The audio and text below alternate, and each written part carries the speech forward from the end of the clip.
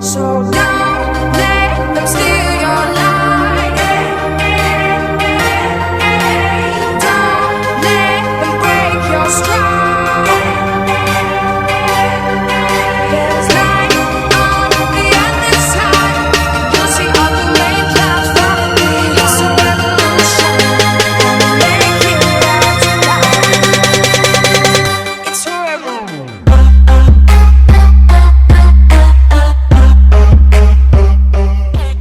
Hi everyone, thanks for joining me on Women in Athletics.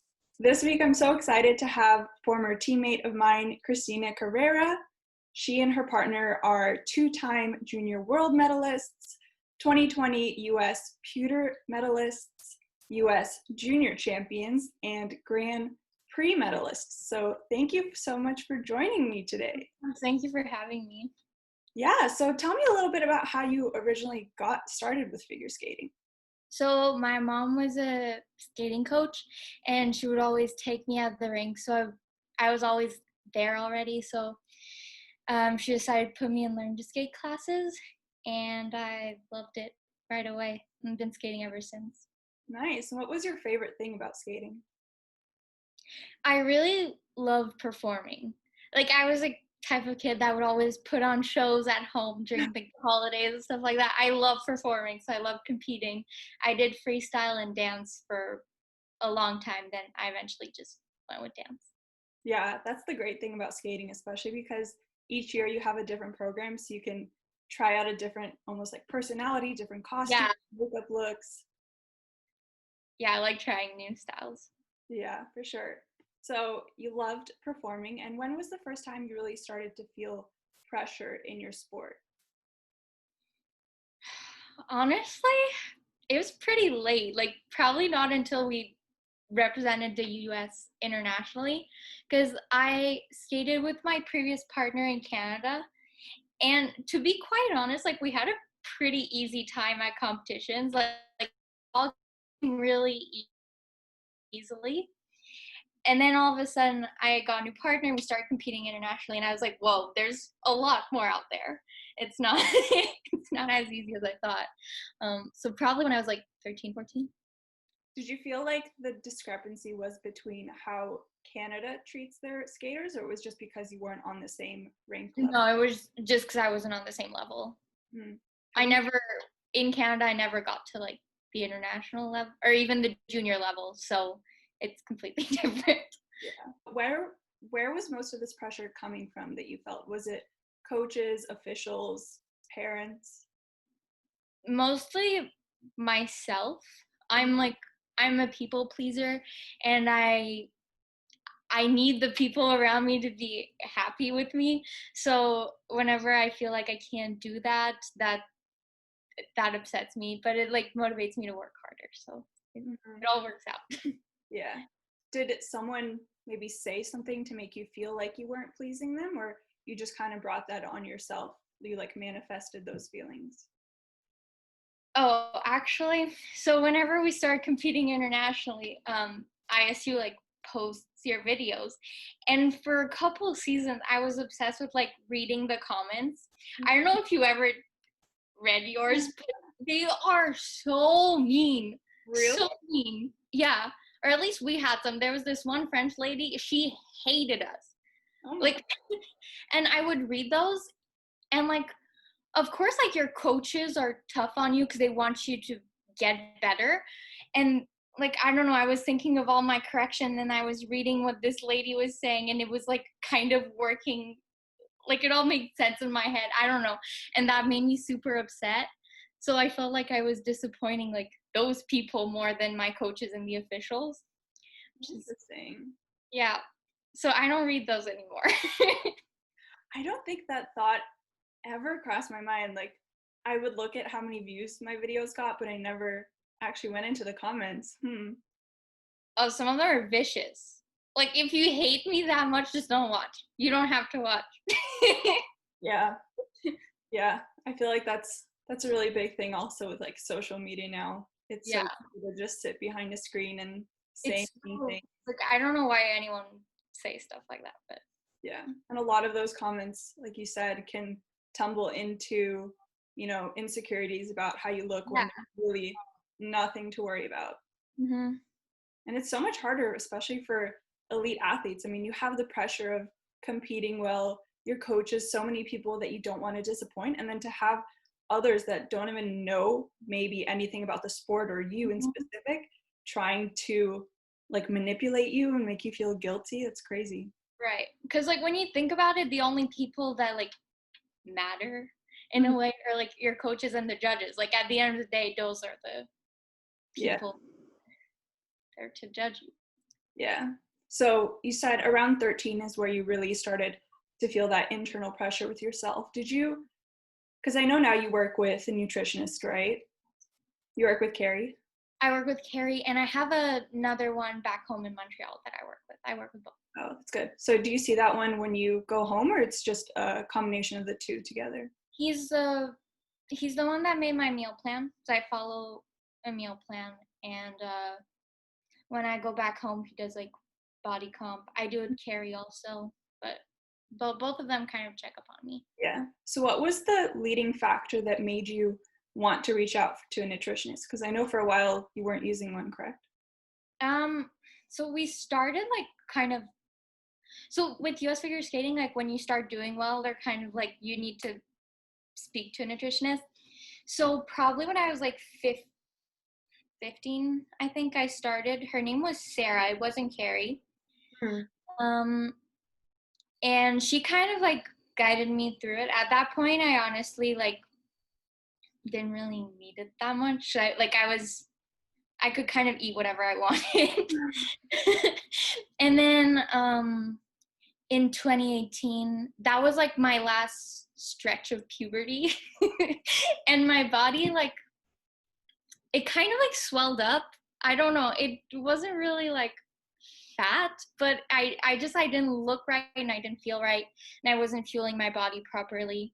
Like I would go all day without eating. And then at night I was starving. Yeah. So I would binge. And then that just goes into a horrible cycle. I wasn't hydrating enough, which, I mean, you know that when we lived together, I don't think we drank water. We just had tea and we put milk in our tea. It was so bad. But yeah, so the coaches like talked to both me and Anthony, and they were like in the future it'd be great if like, they said it in a super nice way, like if you guys slim out and stuff like that. In a nicer way than that, like that, those weren't the words. But so I told my mom, and after our 2 Grand Prix I went back home and she made an appointment with the nutritionist in Montreal, and he made a meal plan for me. He told me I wasn't eating enough and I wasn't fueling myself enough throughout the day. Yeah. So yeah, I feel much better now. I drink water now. A lot of water, so I feel great. Well, my thing with water, it's not even real, but I just like don't like the taste of water. So I don't like it either. I have to chug a bottle if I'm gonna drink it, because otherwise I don't like it. yeah, it's I don't know if it's like a mental block or what. I'll drink anything else, just not Me water. too. Yeah. Well, going back to like fueling yourself properly and not eating the whole day, I mean, that's the body's primary source of fuel. The source of fuel that it loves the most is always carbs.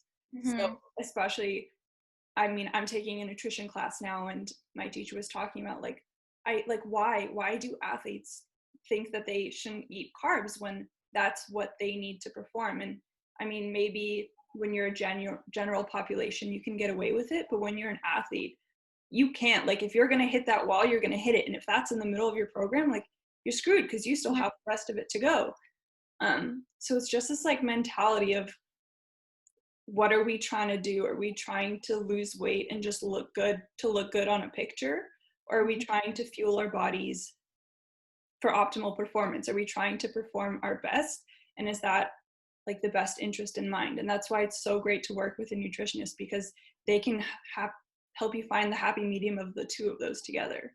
Yeah, and I don't think carbs are bad. Like, they make me feel great. They don't make me gain weight. Like, I don't, as long as you eat the right things, then like you should be fine. Yeah, and there's so much more to carbs than, I mean, fruits are carbs, Yeah, vegetables are it's carbs. not just like bread. It's not like Yeah, it can be anything. Like I like oatmeal, sweet potatoes, stuff yeah. like that. I think those misconceptions that it's just like bread, pizza, pasta, that's all carbs, kind of like poisons, especially younger girls' minds. And they think that they can't eat anything, and then they'll just eat a bunch of fruit and vegetables, and they're like, we're not eating carbs. And I mean, those are great, but those aren't going to be able to fuel your It's not body enough to to carry. perform well. So it's really important to go out and get that education and get that help from someone who is educated, is a registered dietitian, and can properly help you find that right path for yourself. Yeah. So what do you like more about the dietitian in Montreal? I mean, they're both great. I love Carrie. He's just like not more strict, but he made me like a really structured meal plan, and I need structure. Like I don't really deviate from that plan much. I really follow it to the T, and it works. So Do you feel like it's easy to follow, or do you often find yourself like, oh, I wish I could eat this? I get in a like sometimes I'll get bored, but it's part of my meal plan to have a cheat meal once Oh, a week. That's like part of the plan, so you don't feel like you're missing out on all the food. Like once a week I'll have whatever I want for dinner, or I can go get dessert or something like that. yeah. What's your favorite cheat meal? Sushi. Oh, Sushi. um yeah, that's usually what I go for. is popcorn in the meal plan? No, I love popcorn though. Yeah, that's what I thought. I I remember things. when I was talking to Carrie, and I was like I have such a bad sweet tooth. So if I tell myself like I can't eat sweets, I'm just gonna want them even more. And she was like, honestly, do popcorn. Like do like sweet popcorn, kettle corn popcorn, like any kind of popcorn, but like that's gonna be your best friend in that case. Yeah. The only sweet thing I go for is like dark chocolate, which is healthy. So Yeah, that's good. So do you feel like throughout that time when you were maybe fueling your body incorrectly that you had more injuries, you were aching? mm, I definitely like didn't feel great all the it was mostly my energy level that I noticed. Injury wise, knock on wood, but like I'm pretty good for the most part. And it was mostly energy level. Like I literally couldn't go through an entire day without like taking a nap, or I was miserable most of the time because there was just I was fun on the ice and then I would crash and I had zero energy. Yeah. Do you see anyone to work with your physical body? Yes, I have PT. Well, especially now, once a week I see Peter Breen, um, and that helps a lot. Before, I would only go when something was bothering me, Mm-hmm. but now with my foot, I go at least once a week. Yeah. Peter's amazing, and I love him. So good. I'm trying to pursue a doctorate in physiotherapy, so I'm applying to grad schools now. Oh, wow, cool. Yeah, so hopefully I start hearing back from them soon, but he's definitely, I mean, Aaron is my role model in Yeah, strength and conditioning because he's an amazing personal he's trainer. so good. I love the way that he coaches, and it really worked well with my body. And he's so educated. I love that he would just like I burst love talking to him about literally anything. Yeah. yeah, he's like I mean, I feel like he knows almost anything, and he's super open. Like if I don't know it, I'm gonna go look it up so I have the answer for you next time. Yeah. He's Yeah. good. Hmm. I'll see him after this. I'm going to work out. Yeah. But Peter's definitely my role model in physiotherapy because he's so attentive, and it's something that you will rarely find in one of those like big chain PT clinics, like Henry Ford, for example. When I went, they just kind of do your typical exercises, maybe some ultrasound, some stem.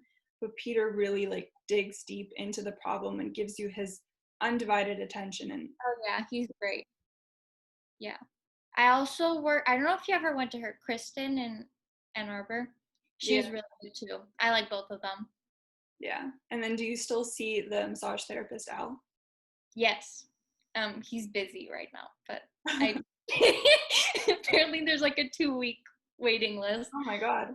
Yeah, 'cause he just reopened. Oh. But as long as I have Peter, I'm good. I can make it through the week. Yeah. I think PT is a lot more than, like you said, a lot of people just think about when you're already hurt, that's when you go get help. But But if you go before, then there might not be an yeah, issue at all. there's Same a with nutrition. If you take care of it before you actually have an issue, then there's no issue at all. yeah, there's definitely a maintenance component to Yeah. everything that goes into the body, where if you try and even think ahead, if like something's bothering you just a little bit mentally, physically with your nutrition, if you try and combat it right away, you're most likely going to save yourself a lot of pain, suffering, money later on too. Yeah, Do you see a sports psychologist now? I do. I talk to a sports psychologist. She's with US Figure Skating.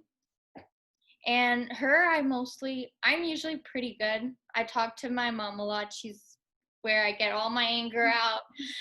I hear all of my problems with her. During quarantine, though, I called the sports psychologist a couple of times because I was going back and forth between going home and staying in Michigan and all that stuff, and I was handling it very well. So my mom was like, please call the sports psychologist, she'll help you through. And she did. It's good to talk to like a third party that's kind of neutral, and that'll talk you through it, that has an education in this, so they'll give you the right tools and they'll say the right things. Yeah, that's the best thing. I mean, I saw a sports psychologist during like the later years of my skating, and I definitely saw why it was helpful, but I feel like me and him just didn't match up on the same levels, so he wasn't able to help me out maybe the best that he could, just because he and I didn't match well together. So it's really important to find someone that you can communicate with. Yeah, and that you feel like their method of working with you is right for your body, because it's the same thing as like a nutritionist, a strength and conditioning coach, even your on ice trainer. You need someone that you can trust and that you can get along with, because ultimately you're relying so heavily on them.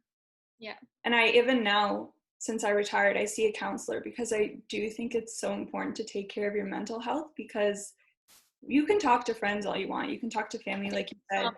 Thing. Yeah, like you can talk to your mom and get that out, but there's such a difference speaking to someone, like you said, who's educated in the field and knows the right ways to respond to you. Especially, I watched Gracie's interview and she said it so well. Like, the people around you tend to take your side. Yeah. And it's good to have someone that'll like kind of she just sees things differently because she's not in the situation, which is very helpful for the most part. Yeah, I find that whenever I speak to my friends, I get a lot of pity. Yeah. Or it's like, no, don't worry about that. It's like it's actually a problem. I need to talk about it. Yeah. And I totally get it. It's just being a good friend, and I probably do the same thing. I do the exact same thing. It's just not helpful. It's like when you tell someone, like, don't be sad. Yeah, that part in Gracie's interview was just wild. Crazy. Yeah, that's what I think the great thing is that I'm hoping that this series can do, is when you see other athletes, how they respond to, I mean, pretty similar questions, but the different experiences that they had, it can help you maybe either relate it to yourself or think back like, oh, I do see this as being like a pretty often way that people act. Mm-hmm. I think like growing up in the sport, I've seen how other athletes either handle things well or not well, and then I can learn from their mistakes. Like, I think it's super, super important to ask for help and not be afraid to ask for help. I was always kind of embarrassed. I don't know why, to like either call the nutritionist, call the sports psychologist, or I don't know why I was always embarrassed to talk about like those subjects. And my mom was really the one that was like, all the top athletes do it. You need to do it too. It's not embarrassing at all. It's a normal topic, and like they're equipped to help you. Yeah, I totally agree with you. And I don't know if it's like, it's not shamed upon, but there's just, I feel like there's no open line of communication. And even between the like other girls, other athletes in the rink, I don't think anyone would have felt comfortable like I don't know if I would have come to you and be like, Christina, like you look like you have a problem. You need to speak to someone. Like, Yeah, it's not like we all see it, but we don't do anything about it. yeah, it's kind of like, I don't know if we see it as like normal, but you kind of like expect someone to go through those stages of like, oh, you're gonna like start fluctuating with your weight. You're Yeah, going, like, oh, it's a phase, it's puberty, and like you're figuring out what works for you, but it's not in a healthy way always. yeah. So I think that's a really important thing to go on to if you're like in a big training center with a lot of other people, is to open that communication even between each other, because when you feel like you have support from your friends and that you can really be honest, not like, wow, you look great, you lost 10 pounds, but like, how did you lose those 10 pounds? Right. Like if you lost 10 pounds in 3 weeks, like good for you, but that's not healthy. It's there's no way you could have done that in a healthy way. Yeah, absolutely. And I think a lot of that helps bring on those like feelings of shame, because you're like, well, people are like flattering me, people are telling me I'm like, I look great this way, so it must be a good thing that I'm doing. It's like positive reinforcement, but they don't really know the ways you're doing it, the reasons behind it. So then it's hard to accept that there is a problem and then reach out to someone for that help. Yeah. Also, it's kind of bad, but like all those other girls, they're your competitor at the same time. So it's hard to approach, like, of course, you want people to be healthy, but it's hard to kind of approach those subjects with them because, like, are they going to think you're trying? If I go up to someone and be like, you lost a lot of weight, like, you look great, but did you do that in a healthy way? Like, are they going to think I'm trying to, like, sabotage them or whatever? Like, it's a very touchy subject, and I personally wouldn't know how to approach it. Yeah, that's a really good point too. It is a very weird environment because like It's such a weird environment. your friends, your teammates, literally everyone around is like your You're common. still your competitor. Like the only person that's in it with you is your partner. That's the only other person that's kind of in the same boat. Everyone else is your competition. Yeah. And I mean, when you're a single skater, like you have That's no, even worse. I don't know how they do it. yeah. And I mean, as great as it is to have a skating partner around you, I mean, before competitions, I would always squeeze Benoit's hand as like reassurance, just to feel that like physical contact. But they're, I mean, they're a different gender. They're like a completely different Oh, species of completely person. different. It's completely different. So you're not really going to find that common ground where like maybe if your partner is also speaking to a nutritionist, like you can have that in common, but the ways that men put on weight, put on muscle, handle things is going to be completely different. So I feel like a lot of times if a girl would go to a guy and be like, hey, I'm feeling this, you're going to be like, well, just stop that. Literally. If I talked about it to like one of the boys at the ring, they're like, well, just cut like beer, pizza, and candy. And I don't have any of those. I can't cut that. Yeah. It's completely different. Yeah, 100%. So it definitely makes it hard when like the girls around you that you could relate to and open up to are your competitors. Yeah, like it's hard to know. It's easier to be friends with guys, in my opinion. Like it's hard to know who you can trust and like finding a good friends who you can stick with. Yeah, that's definitely my tendency. I have a couple like close girlfriends, but I just relate a lot better and like the company of guys because I feel like there isn't that like kind of judging you situation. Just in skating, though, that's the world in general, I think. Yeah, skating is But can be very two-faced, I feel like. oh yeah, very. Like As we go more and more in the sport, like I see it more every year. It's pretty crazy. Yeah, it's a very interesting environment to especially grow up in, because I mean, a lot of athletes start skating when they're really young, and that's all that they have around them. Yeah. And then you go into your later years when I mean, you can figure skate up until like mid-20s, maybe your 30s, and then it just ends, and you have to realize there's a completely There's different a whole world other world there. out there. Yeah. And that's why I think it's really important to, on like another subtopic, is to pursue an education to figure out what it is in life that you're also passionate about. Because I mean, being an elite athlete is a one in a lifetime opportunity, and it's great in the moment, but it's definitely It'll not last gonna last. forever. That's what my parents always tell me. They're like, this will last for however many years it lasts for, and then you need something to fall back on. You're not gonna be a figure skater forever. You're gonna go to school, and you need like a real job. Yeah.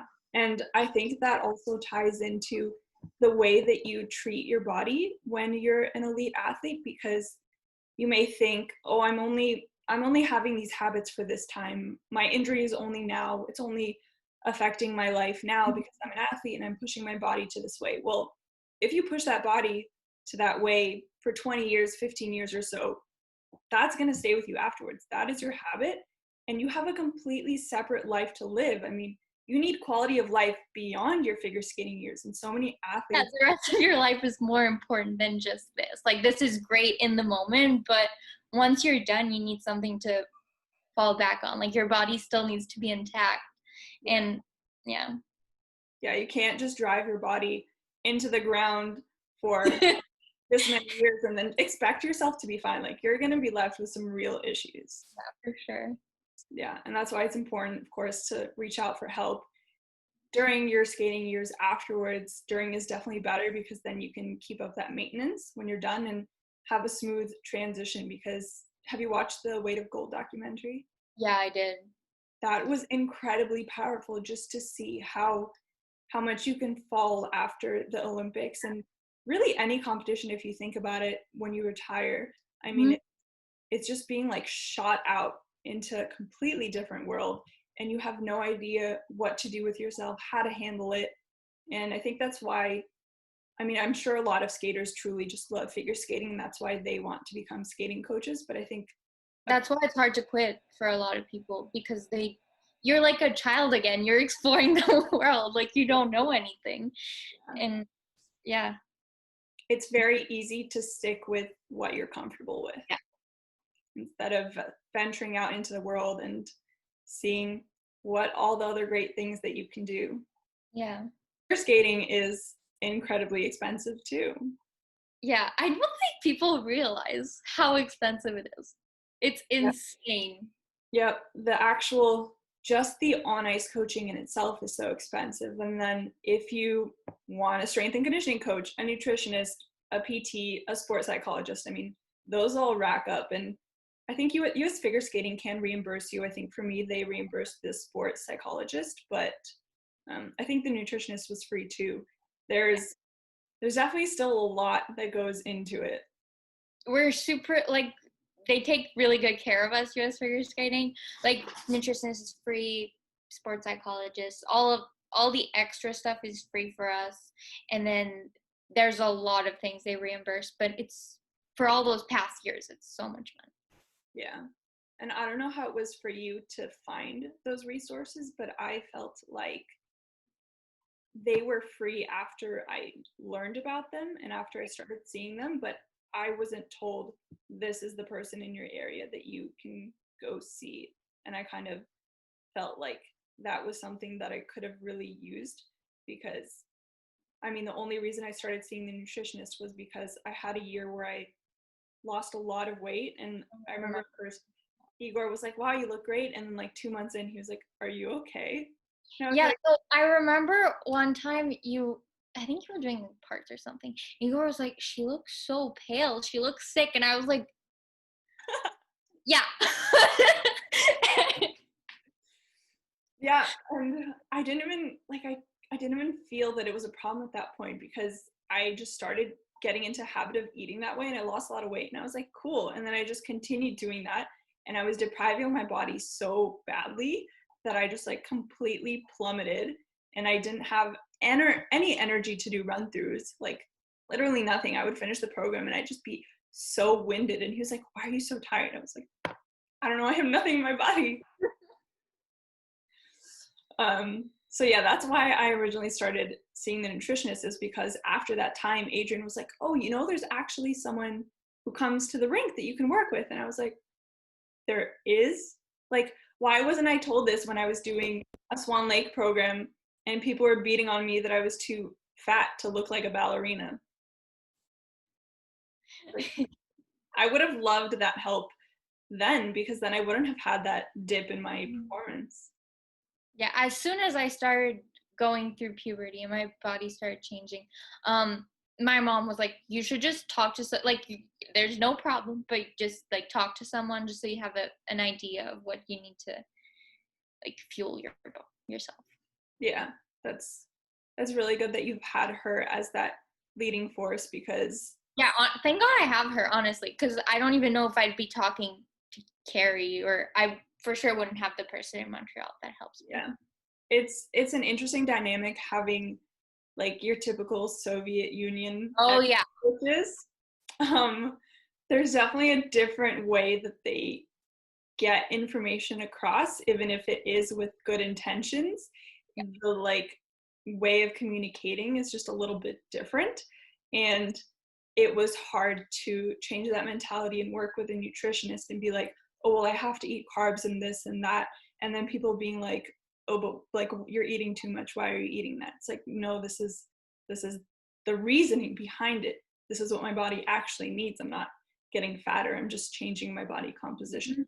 Yeah, which is perfectly fine and it's healthier. Yeah.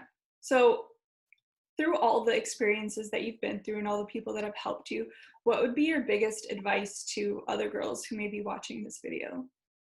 Honestly, like, just not be afraid to ask for help and ask like tough questions. Like, I used to be super embarrassed about my period for some reason, which doesn't make sense because every girl has it. Yeah. And I was always afraid to ask questions about that. And like, I would get horrible cramps. And I asked the nutritionist, she told me to cut like these things out so that like, it feels a little better, which it does. And yeah, so like not be afraid to ask tough questions or embarrassing questions.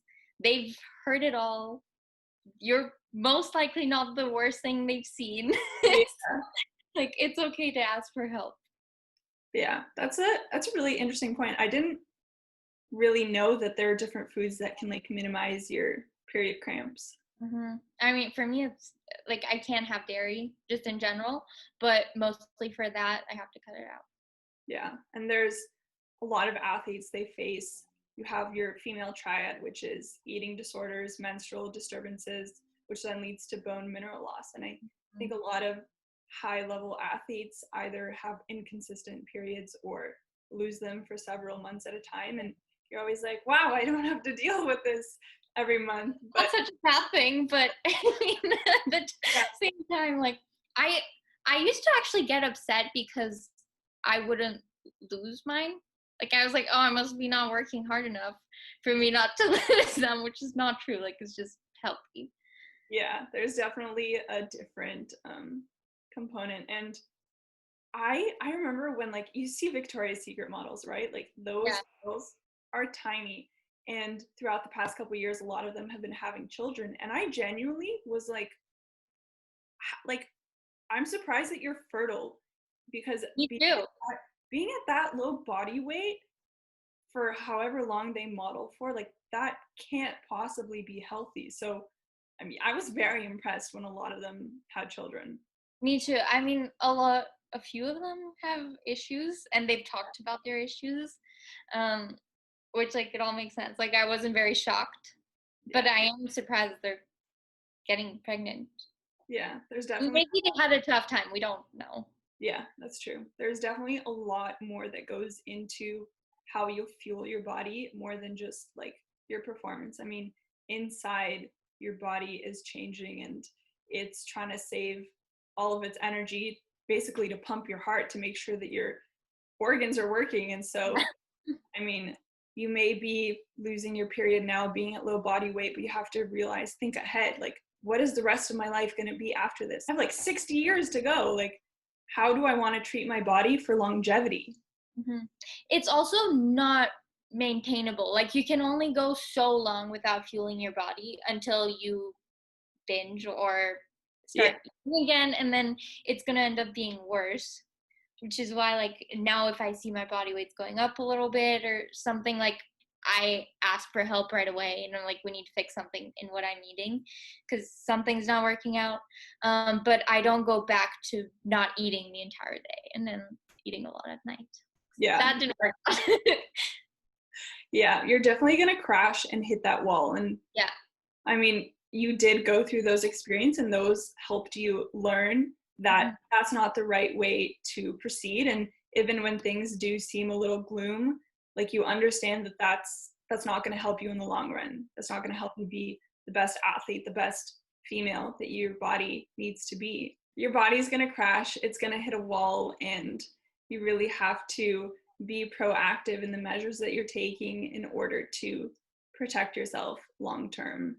Yeah. And I've realized also that like, when I was at my lowest weight wasn't necessarily when I was feeling the best during run-throughs. I looked great, but I was exhausted. Like, I was eating enough, but sometimes just a little more. Because at one point I really, like, that was back when I wanted to lose weight for sure, and I lost it and I was following my diet to the T. And then at night I would just get like this craving for oatmeal. Like, I wanted it so bad. Which, like, is so random. Like, oatmeal, it's not even that great.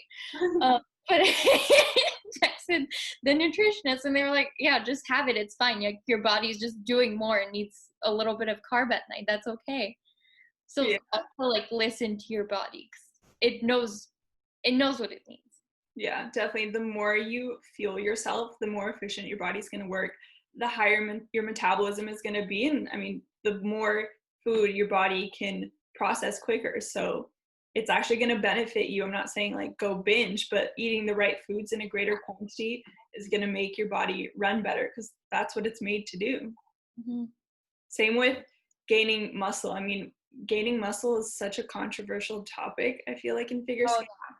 Especially for females, and I always heard that I was too muscular, too broad shoulders, too big arms. I looked like a man, and I was like, that's not entirely true. But no. I get the broad shoulders too, and for a while I thought it was muscle, but then I realized it was my bone structure, which there's literally nothing I can do about that. So people will just have to learn to love it, I guess. Yeah, there's definitely, I feel like a lot of that stems from just a lack of education because you need to know anatomy and physiology. I mean, there's a big difference in you have wide hips because you're fat, or anatomically you have childbearing hips, you have women hips that are going to be a little bit wider. Yeah. I really think that, I mean, a very far and advanced end goal of mine of this would be to help create a certification or some sort of education program for coaches, officials, athletes to go through. So they do understand that anatomy and physiology, strength and conditioning, the way that working out is not just to add muscle to your body, even though that is part of it. It has so much more to do with the way your fast twitch, slow twitch muscles react, how that's going to transfer on the ice, how that's going to make you a better athlete. And then again, bringing that nutrition, that sports psychology, knowing, I mean, for coaches, there's a big component in sports psychology on how to communicate with your athletes to get your point across. And it's not just like, oh, you did so great when like they didn't do a good job and like it's okay, you'll do better next time. No, like you can still say the corrections, but there's just different ways to go about it in order to make the athlete understand that like, oh, you have my best interest in mind, and like I'm motivated, I'm passionate, and like I will go and fix that correction. Because if you say the same thing and you're yelling it, that athlete's just gonna cry. They're gonna be like, oh my God, what am I doing? Like, get me out of here. And then the coach is yelling at you, like, why are you crying? And it It just keeps getting worse. yeah. So there's definitely needs to be an understanding of how to communicate in order to have an efficient lesson, have an efficient training. I think that comes with time, to be quite honest. It comes to like the coach getting to know the athlete and the athlete getting to know the coach and understanding. Like now with Igor, he'll say like one little thing and I know what he means. And that only comes with time. And he knows what to say to me because he's been my coach for so long. So that's why it works. But it would be really, really great if there could be some sort of class that they took. Yeah, there is that definite understanding of the people that you're working with, and you have to grow together and understand, like you said, how to communicate with each other. And even like you said this, but yeah, I perceive it as like what you actually meant. But you still have that introductory period where you have to get to that end goal. If you're just, going about it the wrong way and then hoping that eventually you guys will understand. Make it to the end goal. Yeah. Or change coaches or quit. Yeah. So definitely, 100%. You definitely need those little stepping stones and understanding, like, I can play around with different ways to communicate, but I have that backhand understanding of this is how I can phrase something. This is how I can help my athletes set long-term goals. And I know now you work with Aaron, you go to his gym. Yeah, well, our gym in Novi isn't open, so we go to his gym in Canton. Because I know originally there wasn't that like additional thing. So what do you think helped you understand that Aaron was an integral part of your athletic career? So for a while, like a lot of other girls, I thought it was making me bulky. And I realized a lot of it, he said this actually in a meeting, like it's mostly your diet and what you fuel your body with. Because I was swelling up, but it wasn't muscle. I don't know, I just looked swollen. I can't really explain it. I don't really know what it was, but it wasn't muscle and it wasn't because of what I was doing in a workout. I think especially now after quarantine, I noticed that like I need help to build those muscle back up again and get back to where I was before. And having like I broke my foot, so obviously I sat on a couch for 2 months. I lost a lot of muscle, and there's so many things that I need to get back in order to be able to perform a program. Yeah, I haven't worked out properly with weights since, was it March when quarantine started? And I have lost, I would say, 12 to 15 pounds of muscle, which is absurd. My body looks and is the same weight that it was when I was in my last year of skating. Wow. And I probably expend easily less than 1,000 calories a day. I mean, maybe like my basal metabolic rate, I don't know, whatever that would be, but like from activities, I'm just sitting, especially now that school started, like I do nothing. And it's crazy how much your body changes. And I mean, it's a difficult thing to combat, because now my brain is kind of going back to how it was when I was skating, like small is better, thigh gap is better. Like, wow, you look pretty good and you didn't even do anything. Like, you didn't even work for this body. You essentially did the opposite.